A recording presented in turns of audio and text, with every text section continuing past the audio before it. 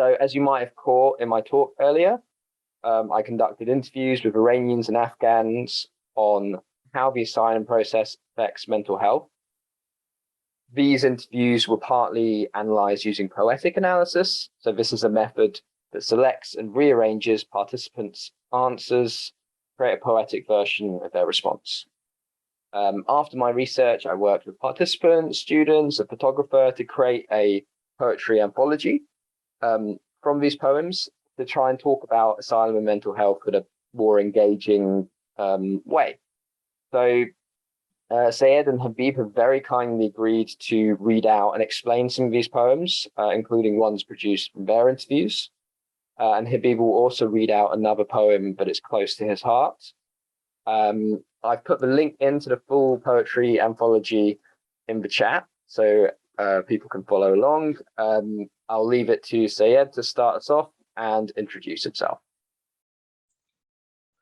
Hello, everyone. Thank you very much for having us. My name is Saeed, and I came to the UK as an unaccompanied minor from Afghanistan. Here in the UK, I work with a refugee theatre, which is a charity called Phosphorus Theatre. And I work there as an actor, facilitator, and a trustee. And I'm also studying sustainable energy engineering at Queen Mary University. Really excited to be here. So I'll start with reading the two poems that were done by someone else with Sohail, and then I would end it with the poem that I did with Sohail, and I'll give you a bit of context about where it comes from. So the first one is called Thread Unbroken. Was hanging by a thread, but the thread never ripped. I will give a heart for anyone who needs a heart. A window in my life was opened and a light flipped. I will tell the story of torture. This is a true script. The second poem is called Your Future is Frozen. You wait years, maybe more, I don't know. The police come and the refugee shivers. One way for everyone as you just follow. Staying inside is a prison, same day tomorrow. The last one, as I said, is the poem from my work, and it's called Our Voices Heard. Your future is on hold, waiting for a decision. They do their job to trick, to catch, and make you lie. You remember again things you don't want to vision. I want our voices heard and the system to listen. So, as I mentioned, I came to the UK from Afghanistan, and my journey took me about 8 months. And during those 8 months, I faced so many challenging situations, including starvation, sleeplessness, and being detained in Greece for 5 months illegally, where I was placed in a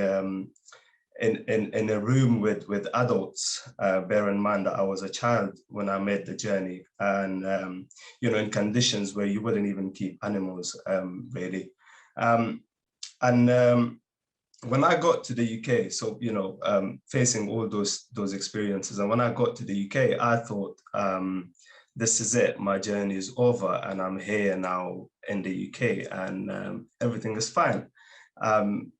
Little I knew that it was just the beginning of another journey, which was going through, firstly, the asylum system, and as well as, the care system, education system, and trying to integrate into the society here in the UK.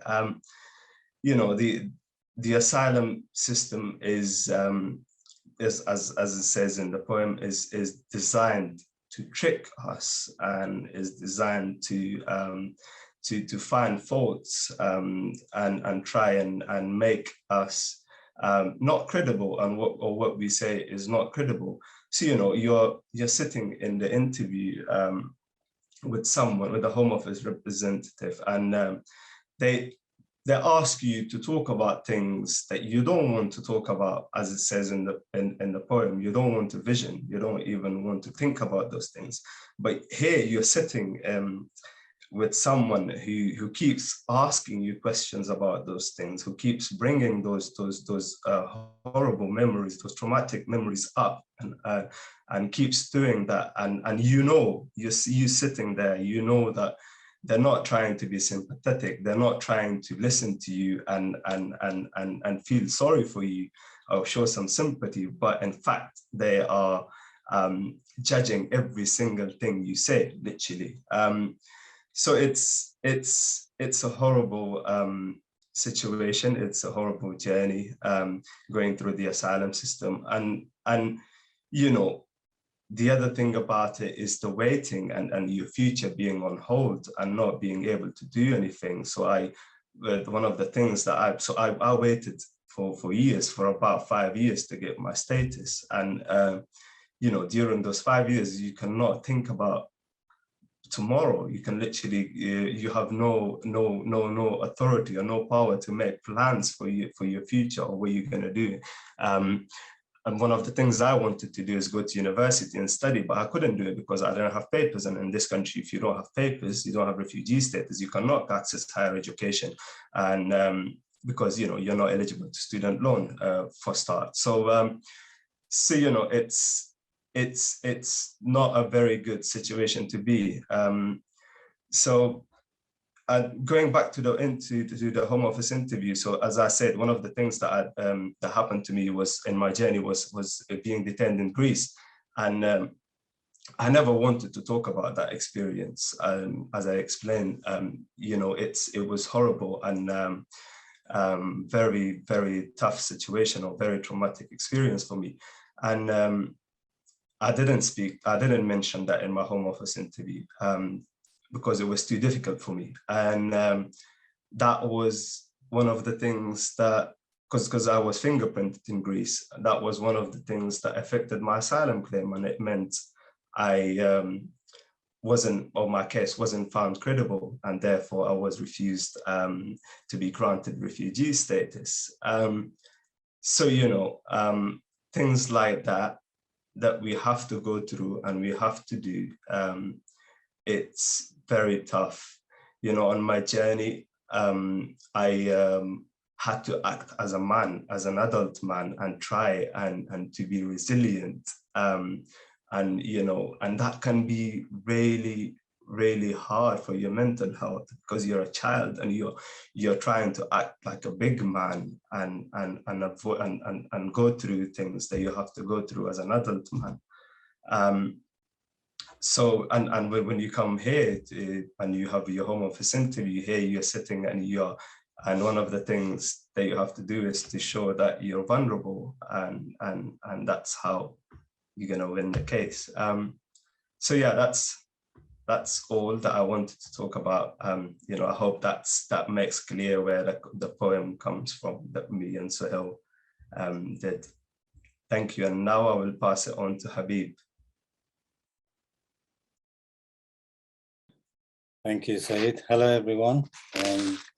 So glad that I'm here today. I've prepared 2 poems. So I'm going to start with the poems and then I will talk to you about it. So the first one is called The Smell of Filth. The kitchen smelled of filth and was full of dead mice. Why did I have to sit and wait and agonize? The steps here were a lot worse and a lot harder. The bird put its head in the snow, the fox's prize. And the second poem is one of the collections, which the book was gifted to me by a friend during that hard time, and the poet is Fernando Pessoa, and it's called I Don't Know How Many Souls I Have. I don't know how many souls I have. I have changed at every moment. I always feel like a stranger. I have never seen or found myself from being so much. I have only soul. A man who has soul has no calm. A man who sees is just what he sees. A man who feels is not who he is. Attentive to what I am and see, I become them and stop being I. Each of my dreams and each desire belongs to whoever had it, not me. I am my own landscape. I watch myself journey, various, mobile, and alone. Here where I am, I can't feel myself. That's why I read as a stranger. My being as if it were pages, not knowing what will come and forgetting what has passed. I note in the margin of my reading what I thought I felt. Rereading, I wonder, was that me? God knows, because he wrote it.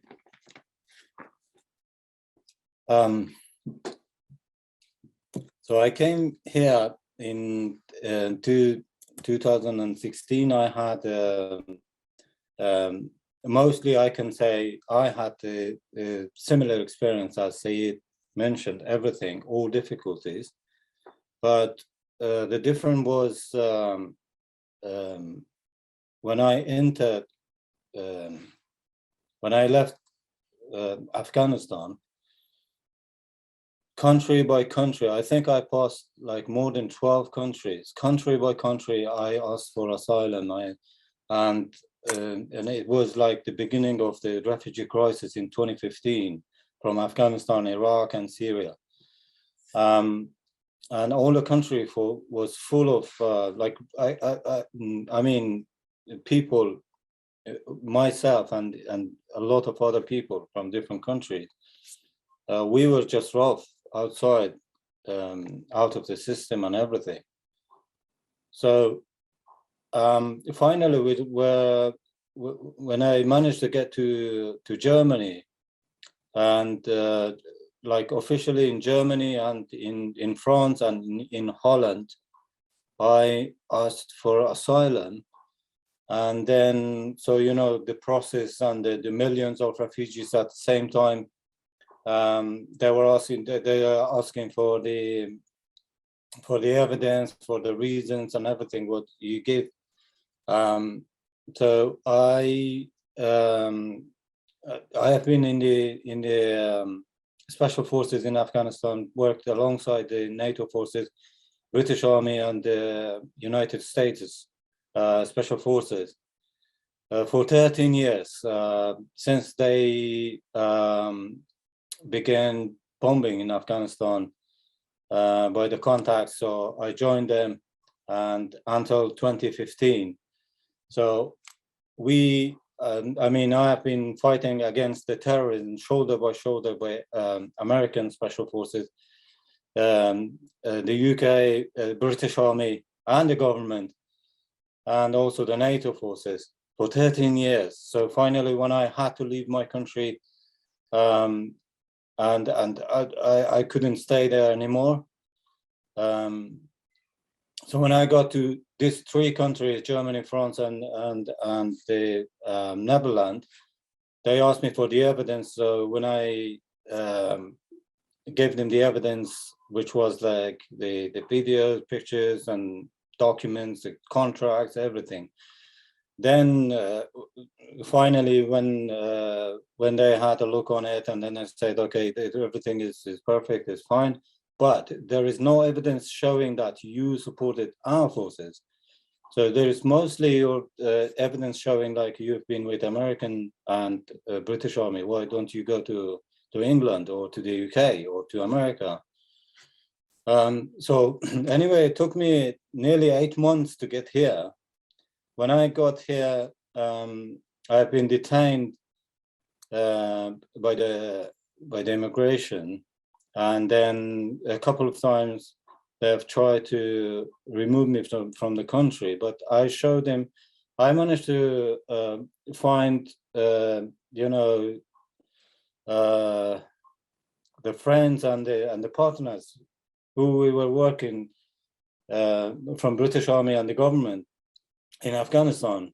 I've got the references from them, and all my evidence showed into the Home Office.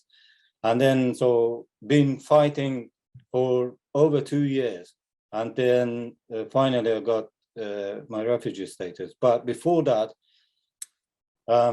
the accommodation they sent me to, it was in Oldham, in a village, in a far village. There wasn't like proper mobile signal. And as I tried to explain in the first poem, when I entered the property, it was the dead mice in the kitchen everywhere. That was smelling so bad. The glasses was broken, and inside the room they gave me, there was blood spots on the wall, and then there was some burn signs inside the room. When I asked the other people, they said there was people who are coming here after a couple of months. They you know, they commit suicide. They try to kill themselves because of the situation here. And then, so I supposed to live with 4 other refugees in the same house, which was like 5-bedroom house, but there was nobody.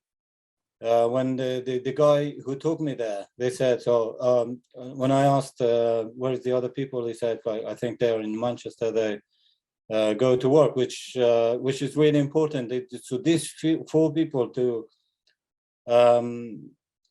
because of the situation, and then like you have like £5 or £4 something a day to live on. So they were going to Manchester afterwards. When I found out, they were going to Manchester, working with in the restaurants and doing hard work, like 14 or 15 hours for £20 and a sleeping place for the night, to have a good meal and then have £20, which is the black market. So it was really I found my myself after a month in that kind of situation, find myself thinking like, okay, it's not gonna work. That's the end of the world for me. And then I was, to be honest, I was thinking suicide. And then, so I did share that with the friends, with the people who I know, I mean, British people. And then when I explained to them, then they asked me to send them the pictures and you know, the about the situation, the condition of where I live. I was refusing because I was thinking like, I'm not gonna bother other people, so why? But finally I did send some a video from where I was living, and then pictures. Then they came and they picked me up and they took me, and then they host me, they looked after me until I get my refugee status. Otherwise, if I was in the situation, I wouldn't be alive. I can say that. So I think it's more difficult now, and it was difficult for me as well. So this is it. Thank you for listening. Just so powerful. Thank you so much for sharing the poems, the really personal stories. I'm sure it's not easy to share them so publicly. So really appreciate also your trust to share them with us. Yeah, just wanted to say a big thank you. So we have a few questions, and we will see how far we get. One is easy. Maybe I'm just posing it on the side, and Habib, someone is asking whether you could share the name of the book in the chat. But then I will go on to other questions. So there's one asking, and I think they're kind of for both of you. Thanks for the beautiful poetry. How does writing help you with your situation?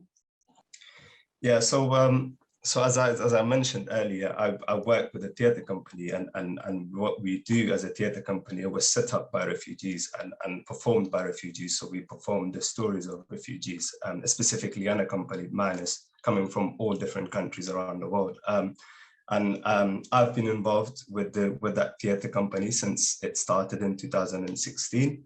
And yeah, I think, you know, sharing my story as a performer, I find it kind of, you know, it's a therapy for me at the moment. You know, it's like I share it, I get the platform to share it with people. And when I share my story in that context, whereas, you know, sharing your story with the Home Office, you're there as a vulnerable person, and you're bossed by someone else, and you're asked questions about things that you don't want to answer.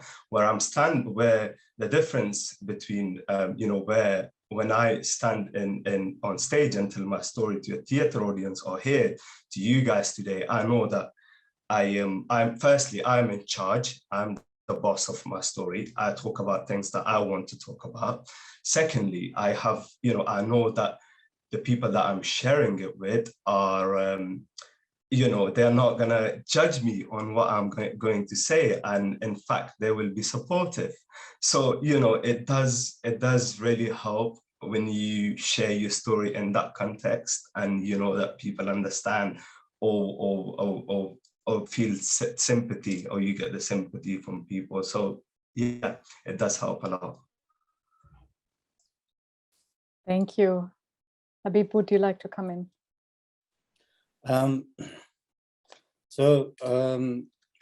There was, I mean, during the accommodation I had with from the Home Office, it was really difficult. It was, for example, so there wasn't any a mobile signal, so I couldn't stay in touch with the friends and the family. I had to walk like 40, I think, like nearly between 40 to 50 minutes to get to the town center. And then I was with my phone in my hand, I was looking which store and which supermarket having free Wi-Fi that I can find, and then just to contact the family and friends. And then the money I had, £5 a day, I had to stay in, and then once a week, which I had like 30 pounds, 34 something, in a card, and then most of the time that card was faulty. When you were like, it happened to me a lot. When I went to the supermarket, was buying, like, I was looking for the cheapest things, and the one which, like, you know, the supermarket puts out when it's about to expire, or I was going and buying those things. When I put in on when I was at the till, and I had to pay for it. Then when I was touching my card, it was refusing, and I was saying, like, the card is faulty. So I had to put all the shopping. It was so embarrassing. I had to go back, walk, and then contact the people. So usually people from, I think the organization called Asylum Help, to phone them and contact them to say, why my card is not working. I was in the shop. I have nothing to eat now. So what I'm gonna do? And then after, it would take in like a couple of days or 2-3 days to sort it out. So that all of this pressures was coming, you know, in that kind of so the world is so tiny in that kind of moment, to say why I'm living in this world. There's no place for me. It's done. I've traveled thousands of miles to get here, and this is it.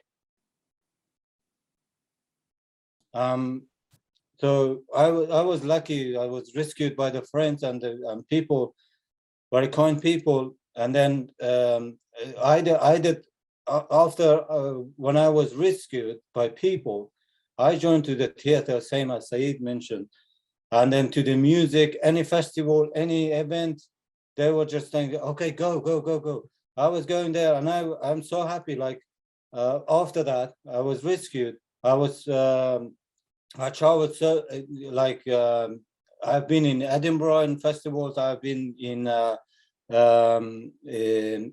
Cornwall, in Glastonbury, so many places, by the theater, by the music, by any subject with the art. I was there, and then that made me to cope, with the situation, to start fighting. And I said, no, that's not the reality. This is the reality. I've got people with me. I've got friends. So I have to not worry. I need to just prepare. And people were just giving me the confidence to saying like, okay, go to the theater, go to the music, join anything, learn something, and then finally we'll get there. And yeah, that made me to feel different, and then like move forward without thinking about that kind of things. Otherwise, if I was in the system, I wouldn't be alive right now. Like. Thank you so much. I think it's almost a nice way to end, but I just wanted to, there's another question, but it sort of touches very much on what both of you were saying, especially also Habib, you right now, sort of what brought you to poetry in the first place. We have a couple of minutes if Syed or Habib, you want to expand a bit more on this. We still have a bit of time. I can talk a bit more about what I was saying. And the reason for me, that participating in things like this or the theater and making the effort to tell my story, it's because I'm very fortunate to have this platform or these platforms or be offered these platforms where I can stand and tell these stories. There are thousands of people like me out there, as Habib was saying, going through so much, and people don't see that. And, here in the UK, we are sitting on our sofas watching the news, and you see a story about an asylum seeker or refugee, and that's all you know about us, and that's all you know about refugees and asylum seekers. We're here. What I do with my theatre work and what I do with things like this, participating in this conference, is that I am someone who's literally been through that, and I have this opportunity. So I'm going to use this opportunity to tell the reality of the reality of the experiences that we go through, the reality of things that we have to face. And this is what the reality is, as Habib was saying. These are the things that happen to us. And at the end of the day, we are all human beings, and we all deserve dignity and rights to to life and freedom from torture, either that's physically or psychologically. So it's so when I tell my story in our shows, and we push towards, we have this big thing about bringing on refugee audience to watch the stories, and most of the time, the majority of the time, they come up to me and they say, or to my fellow actors, and they say, you just told my story. So that shows that these experiences are mutual, and it's not just me, it's not just Habib. There are thousands of people who go through the same or similar things, and people don't see it, sadly. People don't hear about it, and all they know about us is what they see in the media, in the mainstream media. So yeah. Thank you. Thank you so much. Thank you again, all of you, for sharing the really powerful poetry, the personal stories.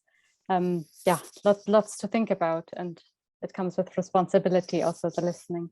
So yeah, thank you.